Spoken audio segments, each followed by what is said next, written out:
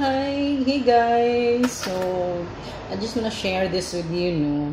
Kanang of course as an FW, so daghan na jud ko mga kanang mga natilawan nga mga kanang mga like delicacies, mga sweet or any dishes sa mga ibang lahi, no. So kani namang gyud mga one of the engineers ng diri nga nag-share sa iyang kuan from his kanang lugar. So Egyptian, so is Egyptian.